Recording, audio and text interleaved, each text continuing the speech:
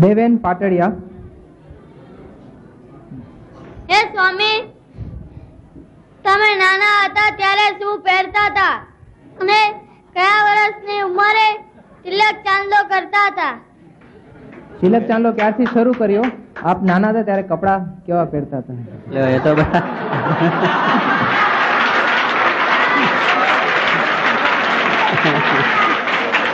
કપડા તો બીજા કઈ પહેરવાના છે? કપડા કઈ બીજા પહેરાય છે? જે સૂત્રો બધા પહેરે છે એવું પહેરવાનું. કપડા તો આપણે પહેરતા હોય ને, ખંભેશ પહેરતા હોય, ધોતડી પહેરતા હોય, પછી ચડ્ડી પહેરતા હોય, એવું પહેરવાનું. તેકડે કે બીજું ઓછું કપડા ઉત્તરના જ પહેરાય. તિલક ચાંદલો ક્યારથી શરૂ કર્યો? બસ નાનપણથી જ તિલક ચાંદલો. નાનપણથી જ પૂજા પાઠ કરતા ને એટલે તિલક ચાંદલો પહેલેથી જ કરો. ખરા મારા પ્રશ્ન ખરા. રાજેશ પાટડિયા.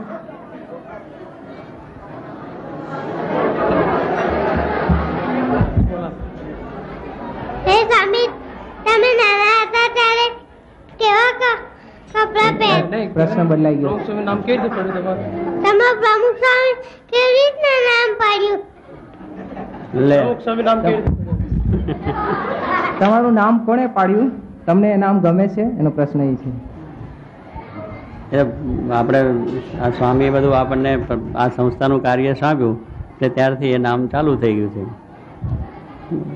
સ્વામી આપણે સંસ્થાનું કાર્ય થયું ને ત્યારથી કરે.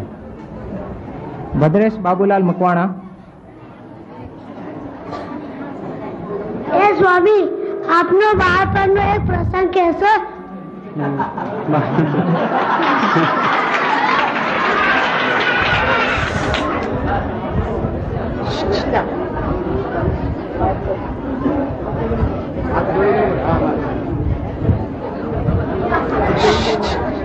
હા, બાળપણમાં તો બીજું શું, આપણે નાના હોય ત્યારે જો આ રીતે ભગવાનના દર્શન કરવા મંદિરે જવું અને સાધુ સંતોની સેવા કરવી, એ બધા આપણા નાનપણના બધા પ્રસંગો છે. એટલે હંમેશા ભગવાનની સેવા કરવી, ભક્તિ કરવી, એ બધું કાર્ય આપણે હોય છે.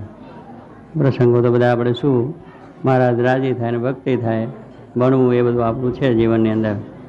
એટલે એ રીતે આપણે હંમેશા મહારાજને રાજી કરવાની વાત અરે એટલે વાંધો નહીં. દીપક બાબુભાઈ ખલાસ.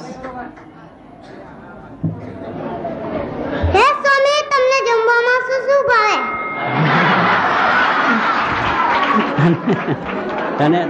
તને શું ભાવે છે કે? તને શું ભાવે છે? તને શું ભાવે? દાળ ભાત શાક રોટલી. બસ ખરેખર મહારાજને ધરાઈને આપણે બધું જમવાનું, એ ભાવવાનું બધું. હરીશ ધરમસિંહભાઈ સોલંકી. હે સ્વામી, બાળકો મા બાપને કેવી રીતે રાજી કરી શકે? મા બાપને રાજી કરવા માટે પ્રથમ તો આપણે ભક્તિ કરીએ, સેવા કરીએ, પાઠ પૂજા કરીએ, સવારે નાહી ધોઈ અને પછી મા બાપને પગે લાગીએ, મા બાપની આજ્ઞા પ્રમાણે આપણે કરીએ અને વિદ્યા અભ્યાસ પણ સારો કરીએ તો મા બાપ રાજી થાય. નાનપણમાં પહેલાં નાહવું ધોવું, ભગવાનની પાઠ પૂજા કરીને મા બાપને પગે લાગવું.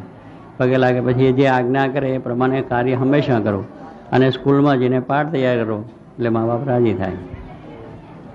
યજ્ઞેશ છે દવે અંગ્રેજીમાં પ્રશ્ન પૂછશે. તું આપી દેજે પદ.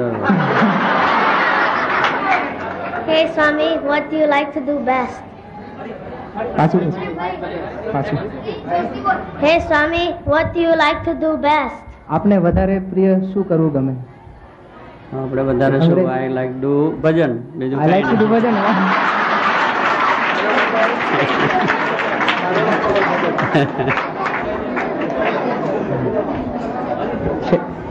સ્વામી જવાબ આપ્યો, આઈ લાઈક ટુ ડુ ભજન. દિલીપ કાંતિલાલ ચૌહાણ. હે સ્વામી, શ્રીજી મહારાજ કેવા છે? શ્રીજી મહારાજ તો મહારાજ સર્વોપરી છે, સર્વાવતારના અવતારી છે, અનેક જીવના કલ્યાણ કરવા માટે પૃથ્વી પર આવ્યા છે. એવા ભગવાન અક્ષરધામના અધિપતિ છે, સર્વના મોક્ષગાદા છે. એમ શ્રીજી મહારાજ ને આપણે ભજન કરવાનું છે, એવા છે સર્વોપરી. ખરે મહિનેશ ધીરુભાઈ. હે સ્વામી, તમારું અક્ષરધામ કેવું છે અને ત્યાં રમવાનું મળે ખરું? આપણું અક્ષરધામની વાત નથી, મહારાજનું રહેવાનું અક્ષરધામની વાત છે. આપણે અક્ષરધામ પણ જવું છે. શું ધામ કોનું છે? અક્ષરધામ મહારાજનું અક્ષરધામ છે. એ કેવું છે એની વાત છે. એનું નામ શું છે એ વાત પૂછો. તમારું ના કહેવું. શું કહેવું? શ્રીજી મહારાજનું અક્ષરધામ કેવું છે એનું એમ બોલવાની વાત. સમજ્યા? તમારું આપણું ક્યાં? આપણે જવું છે અક્ષરધામો. આપણું અક્ષરધામ હતો તો પછી ફાંફા શું કહવા મહારાજ?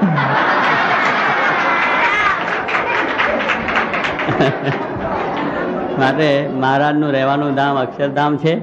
એનું નામ ગુણાતીતાન સ્વામી છે. એ મહારાજ સાથે લાવ્યા છે. માટે આપણે સમજવાનું. શું ત્યાં રમવાનું મળે ખરું? ત્યાં બધું રમવાનું એટલે શું? મહારાજના દર્શન કરવાનું, એ રમવાનું. મહારાજને આ જોડીને જે દે મહારાજના દર્શન થયા કરે આપણે ત્યાં રમવાનું. બીજું ત્યાં બધું કશું કરવાનું નહીં. એટલે અક્ષરધામમાં આપણે બેઠા છે ને એટલે તોફાન ના થાય, અહીં આડું આડું જોવાય નહીં, બીજું કંઈ બોલાય નહીં. જ્યારે આપણે સત્સંગમાં આવીએ ત્યારે મહારાજના અક્ષરધામમાં બેઠા છે એમ માનીને જે આપણે બાળમંડળનો કાર્યક્રમ ચાલતો હોય એને એક ચિત્તથી સાંભળીએ એ અક્ષરધામમાં બેઠા જેવું કહેવાય. અને અક્ષરધામમાં એ રીતે જ અહીંયા જેમ તોફાન કરીએ આગા પાછાથી આડું અવડું જો એવું ને મહારાજની મૂર્તિ સામું જોવાનું, બીજું કંઈ ત્યાં કરવાનું છે નહીં. અરે એટલે રમત જે કહેવાય મહારાજની મૂર્તિને જોવાનું, મહારાજને આનંદ કરવાનો, મહારાજને દેતા એ આપણું, બીજું કંઈ નથી. નરેશ ભાવસાર. હે સ્વામી, અમે દ્વિશતાબ્દી મહોત્સવ માટે શું કરીએ? વાહ, તમે શું કરવાના? તમે કઈ લાખો રૂપિયા આપવાના છે? તમારે જો આ દ્વિશતાબ્દી ઉત્સવ નિમિત્તે આપણને આ સંતો અને જે બધી આજ્ઞા કરે એ નિમિત્તે મહારાજની માળા કરીએ, મહારાજનું ભજન કરીએ, આપણે એનો પાઠ શિક્ષાપત્રીનો કરીએ. આ બધું છે એ આપણે કરવાનું છે. અને બીજી રીતે આપણને થોડી ઘણી જે કંઈ સેવાનું કાર્ય એ નિમિત્તે મળે એ સેવા આપણે કરવાની, દેહે કરીને. અને દેહ કરીને ભજન થાય, ભગવાનના દર્શન થાય. આ બધું આપણે બાળકો છે એટલે બાળકોને આપણે એ રીતે કરવાનું, ભગવાનને રાજી કરવા માટે. બસ. જીતેન્દ્ર પી પટેલ.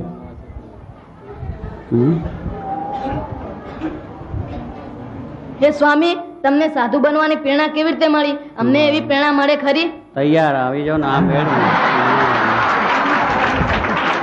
પ્રેરણા. કારણ કે આ તો વાહ વાહ ખરો, બળીઓ જીવ ખરો. કારણ કે કહેવાનું છું કે આ તો પ્રેરણા શું કે આ રીતે તમે જેમ સત્સંગમાં આવો છો અને સત્સંગ મંડળના કાર્યમાં ભળ્યા છો, આ રીતે નિયમિત થાય છે, આ સંતોના સમાગમ થાય, એમની વાતો સાંભળીએ, એમાંથી આપણને પ્રેરણા મળે. અને પ્રેરણા મળે પછી આપણે એમ થઈએ એમ શાસ્ત્રી મહારાજ ત્યાં આવ્યા અને એમને વાતો સાંભળી, એમને આપણે આ રીતે વાત કરીને કરી, ઉત્સાહ આપ્યો એટલે આપણને આ પ્રેરણા થઈ ગઈ. અને પ્રેરણા થઈ એટલે આ સાધુ થયા. એમ આપણે સમાગમમાં આવીએ, મોટા પુરુષને રાજી કરવા છે એવું આપણું તાન હોય ને એ પ્રેરણા આપે. આપણે વાતો કરે આ સંસાર ખોટો છે, સંસારમાં કંઈ માલ નથી, આ દુઃખરૂપ છે, ભગવાન ભજવાય સુખરૂપ છે, એ વાતો થાય એટલે ધીરે ધીરે આપણને વિચાર થઈને ભગવાન માર્ગે થાય. ધીરેન આર મિસ્ત્રી. હે સ્વામી, તમને કેમ બધા બાપા કહે છે? હે સ્વામી, તમને બધા બાપા કેમ કહે છે? લે તે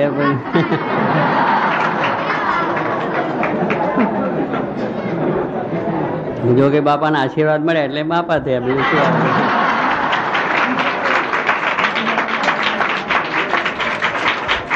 કલ્પેશ આર પટેલ. હે સ્વામી, ભગવાનની મૂર્તિ પાછળ ચક્ર દેખાય છે, આપે પણ ભગવાનને રાખેલા છે, તો આપની પાછળ ચક્ર કેમ દેખાતું નથી? બરાબર. એટલે ભગવાન એ તો સાક્ષાત પૂર્ણ પુરુષોત્તમ પરમાત્મા કહેવાય. પરમાત્માની પાછળ બધું દેખાય, સિદ્ધિ સિદ્ધિ સામગ્રી. આપણે એમના સેવક છે એટલે સેવકને એવું ચક્ર દેખાય નહીં.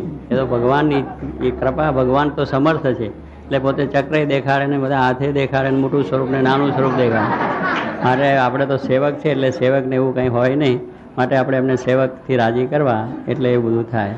માટે સેવક રહેવું હંમેશા. આપણે ભગવાન બનવાનું નથી. ભગવાનથી તો ચક્ર દેખાય પણ આપણે કંઈ ભગવાન છે? આપણે સેવક છે, એમના દાસ છે એટલે એ ચક્ર ન દેખાય, ભગવાનને જ ચક્ર દેખાય. માટે આપણે ભગવાન રાજી રાખો. હરે. જયેશ દવે. હે સ્વામી, સિનેમા કેમ ના જોવાય? લ્યો, કેમ ના જોવાય?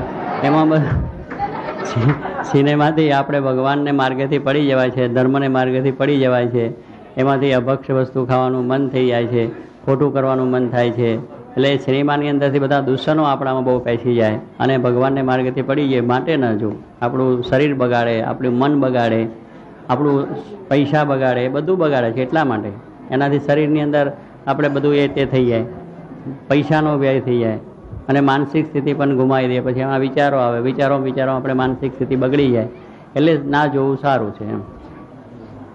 ચેતન દવે. હે સ્વામી, અમે તિલક અને ચાંદલો કરીએ ત્યારે બધા અમને ખીજવે છે ને નાસી પાસ થઈ જાય, તે માટે અમારે શું કરવું?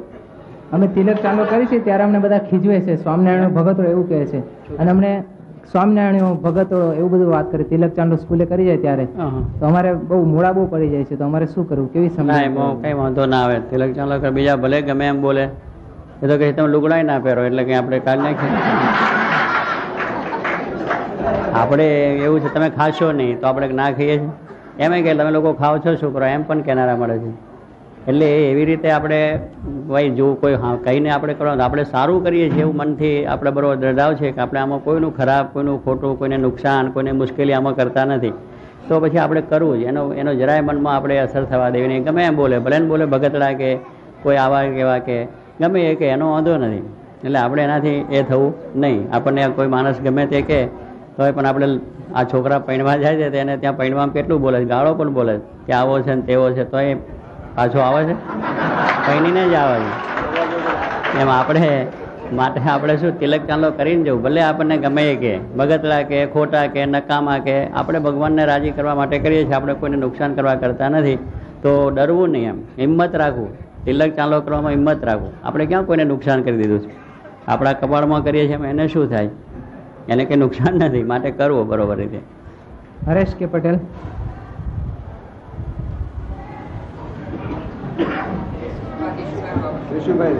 એમ? હા, સુરવીર છે તારે. હરે હે સ્વામી, તમે તમારું નાનપણનું નામ પણ શાંતિ, તમારા મિત્રનું નામ પણ શાંતિ, તમે પાર્ષદ થયા ત્યારે પણ તમારું નામ શાંતિ ભગત અને અત્યારે પણ આપને અખંડ શાંતિ વર્તે છે. તો તમને એ શાંતિ કેવી રીતે મળી? એ અમને શાંતિ મળે ખરી? હા, તો મળે. આપણે કેમ ન મળે? આપણે એવા ગુરુ મળ્યા એટલે આપણે શાંતિ બધી રીતે થઈ જાય. અને ભગવાન આપણને આપ્યા ગુરુ મળ્યા આપણે શાસ્ત્રી મહારાજ, અને એમનો આપણે સંબંધ થયો. ભગવાનને ભજ્યા એટલે શાંતિ થઈ. ભગવાન ભજવામાં શાંતિ છે ને, એટલે એ ભજન થયું ને ભગવાન આપણને મળ્યા. શ્રીજી મહારાજ આપણે ઓળખાયા એટલે અખંડ શાંતિ પછી રહ્યા કરે, વાંધો ના. એટલે એવી રીતે આપણે પણ ભજન સારું કરીએ અને મહારાજને ભજન એ કરીએ તો આપણે પણ શાંતિ રહે.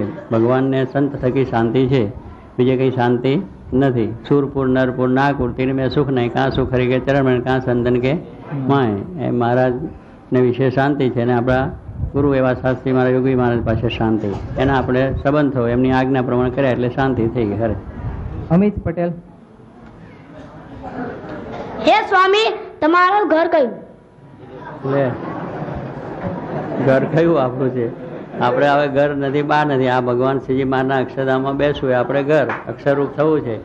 અને ગુણા ભગતજી મહારાજે કહ્યું કે તમારું ઘર. સ્વામી અક્ષરધામ પોતાનું બતાવ્યું, પોતાનું સ્વરૂપ ઓળખાયું અને શ્રીજી મહારાજને વિશે એમને નિષ્ઠા કરાવી. એટલે ભગવાનનું જે ધામ છે એ જ આપણું ઘર છે. ત્યાં અખંડ સાચું ઘર તો એ છે ને. આ તો ઘર પડી જવાનું, આ ઘર નાશવંત થઈ જવાનું, એ ઘર રહેવાનું નથી.